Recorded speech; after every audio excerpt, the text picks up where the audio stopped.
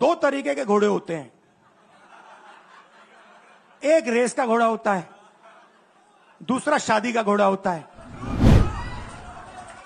ये आप कभी कभी कांग्रेस पार्टी क्या करती है, रेस के घोड़े को शादी में भेज देती है और शादी के घोड़े को रेस में लगा देती है। तो उसने कहा ये आप बंद करा दीजिए, रेस के घोड़े को आप रेस दौड़ाइए और शादी के घोड़े को आप शादी में भेजिए।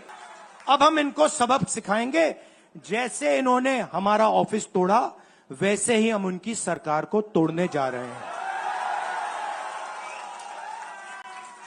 अच्छा, अब मैंने दरोमत की बात करी, मगर एक शिकायत भी है। एक शिकायत भी है। यह भी नहीं है कि कांग्रेस पार्टी गुजरात में कमियां नहीं है, ये कहना पड़ेगा, कहना पड़ेगा। कमी क्या है? एक कार्यकर्ता ने मुझे बहुत अच्छी तरह बताया, कांग्रेस पार्टी के कार्यकर्ता ने, राहुल जी कहता है मुझे, राहुल जी ये कांग्रेस पार्टी में एक मुश्किल है, दो तरीके के घोड़े होते हैं। एक रेस का घोड़ा होता है, दूसरा शादी का घोड़ा होता है। ये आप कभी कभी कांग्रेस पार्टी क्या करती है, रेस के घोड़े को शादी में भेज देती है और शादी के घोड़े को रेस में लगा देती है। तो उसने कहा ये आप बंद करा दीजिए, रेस के घोड़े को आप रेस दौड़ाइए और शादी के घोड़े को आप शादी में भेजिए। तो ये हमें गुजरात में करना है। जो रेस का घोड़ा है, जो तैयार है, दौड़ने के लिए तैयार है, उसको रेस में लगाना चाहिए। और जो हमारे शादी के घोड़े हैं, जो हैं वो हैं, उनको हमें शादी में, बारात में नचा देना चाहिए। तो अब मेरा कहना है कि यह काम सीरियसली करना है। हम पिछले चुनाव में, आप भी जानते हो, मैं भी जानता हूं कि हम बीजेपी से पिछले चुनाव में नहीं लड़े थे, ठीक से नहीं लड़े थे।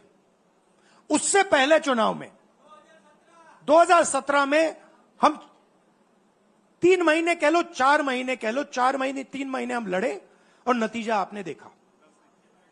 आपने देखा, गुजरात के सीनियर नेताओं ने मुझे बस में कहा, मैं बता रहा हूं आपको इनसाइड ट्रैक, मुझे बस में कहा कि राहुल जी गुजरात में हमें 40 सीटें मिलेंगी।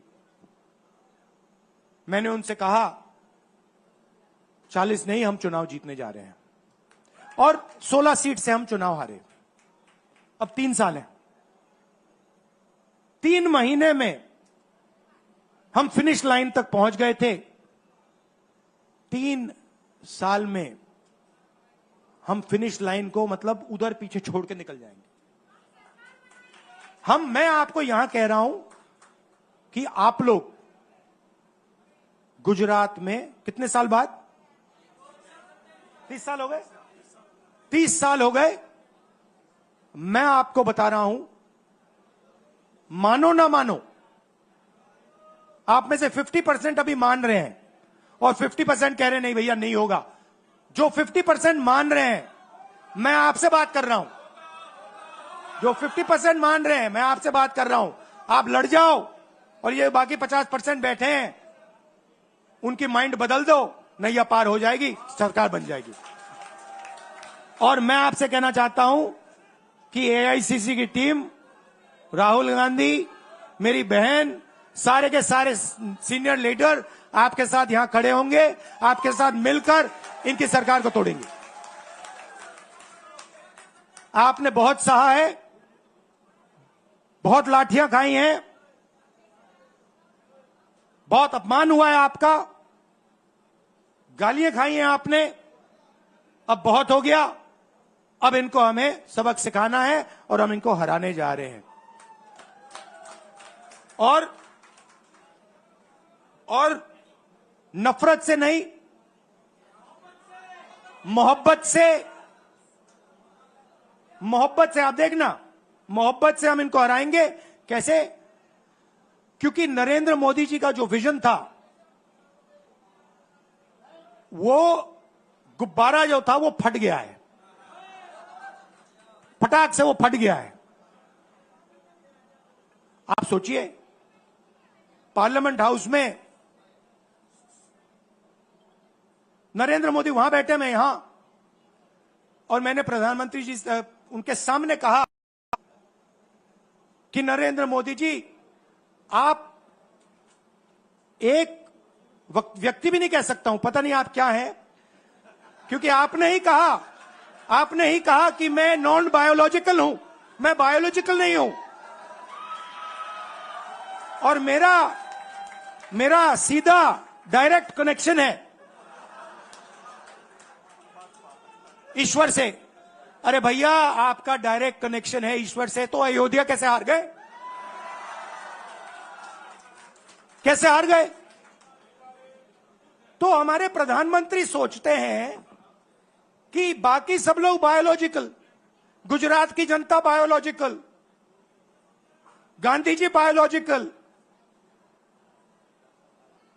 हिंदुस्तान के किसान मजदूर सब लोग बायोलॉजिकल, और Narendra Modi non biological. Speaker sir ने मुझे कहा, ऐसे मत बोलिए। मैंने कहा, मैं थोड़ी बोल रहा हूं, ये तो प्रधानमंत्री बोल रहे थे, मैं तो उनकी बात कर रहा हूं। स्पीकर बिल्कुल चुप हो गए। बात तो सही है, बात तो सही है, ये राहुल गांधी के शब्द थोड़ी है, ये तो हिंदुस्तान के प्रधानमंत्री के शब्द हैं, नॉन बायोलॉजिकल। अब सोचिए, वो व्यक्ति जो अपने आप को नॉन बायोलॉजिकल समझता है और देश की जनता को बायोलॉजिकल समझता है, कि मतलब मैं यहां और बाकी जनता वहां, वो गुजरात को विजन कैसे दे सकता है? जो किसानों का दर्द नहीं समझ सकता, मजदूरों का दर्द नहीं समझ सकता, डायमंड इंडस्ट्री में जो काम करते हैं उनका दर्द नहीं समझ सकता, नॉन बायोलॉजिकल व्यक्ति वो गुजरात को कैसे रास्ता दिखा सकता है? नहीं दिखा सकता। तो अब आपका काम है गुजरात को विजन देना, गुजरात के युवाओं को, किसानों को, मजदूरों को, माताओं बहनों को विजन देना कि भैया हम आपके लिए ये करने जा रहे हैं। आपने हमारा मैनिफेस्टो देखा, हिला के रख दिया था बीजेपी को, आपने देखा? वैसा मैनिफेस्टो बनाना है गुजरात के लिए। गुजरात की जनता से मिलकर 1 लाख लोगों ने हमारा मैनिफेस्टो बनाया था। वैसे ही हम गुजरात में लाखों लोगों से पूछकर अपना मैनिफेस्टो बनाएंगे, गुजरात को विजन देंगे, और फिर चुनाव पूरा दम लगा के लड़ेंगे, और यहां इनकी जो सरकार है उसको तोड़ के हटप्परे कर देंगे। आप सबका दिल से धन्यवाद। आखिरी बात मैं कहना चाहता हूं, यहां जगन्नाथ यात्रा हो रही है, आप सबको, और जो यात्रा में भाग लेंगे, आप सबको शुभकामनाएं देना चाहता हूं, और दिल से प्यार देना चाहता हूं। आप सबका दिल से धन्यवाद, नमस्कार, जय हिंद। अब है मुद्रा, डरो मत, डराओ मत। વિપક્ષના નેતા, વિધાનસભા કોંગ્રેસ પક્ષના નેતા અમિતભાઈ ચાવડાને વિનંતી કરું। पनोरमा ग्रुप, जो सोचता है वो करता है, आपके अपने सपनों का आशियाना। ये लो मुंह मीठा करो, आज मैंने अपना जॉब छोड़ दिया, अब हम पूर्णिया वापस जाएंगे। जॉब छोड़ दिया है? मतलब ये घर कैसे चलेगा? हम करेंगे क्या? और माँ बाबूजी क्या बोलेंगे? इसलिए मैं एक और मिठाई का डब्बा लाया, अपने बिजनेस के लिए लोन अप्रूव हो गया। अरे लोन अप्रूव हो गया वो तो ठीक है, लेकिन पूर्णिया में हम रहेंगे कहाँ? अपना घर भी तो नहीं है वहाँ। इसलिए तो एक और मिठाई का डब्बा अलग से लाया हूँ। हमने पूर्णिया में घर ले लिया है, पूर्णिया के ई होम्स पैनोरमा में। पूर्णिया में पैनोरमा ग्रुप लेकर आए हैं ई होम्स पैनोरमा। बड़ा घर, आलीशान जिंदगी और अत्याधुनिक सुविधाओं के संग। अरे अब क्यों मुंह मीठा करवा रही हो? क्योंकि हम घर वापसी जो कर रहे हैं। घर वापसी की खुशी पूर्णिया में ई होम्स पैनोरमा के संग। ई Homes Panorama, luxurious, lifestyle redefined.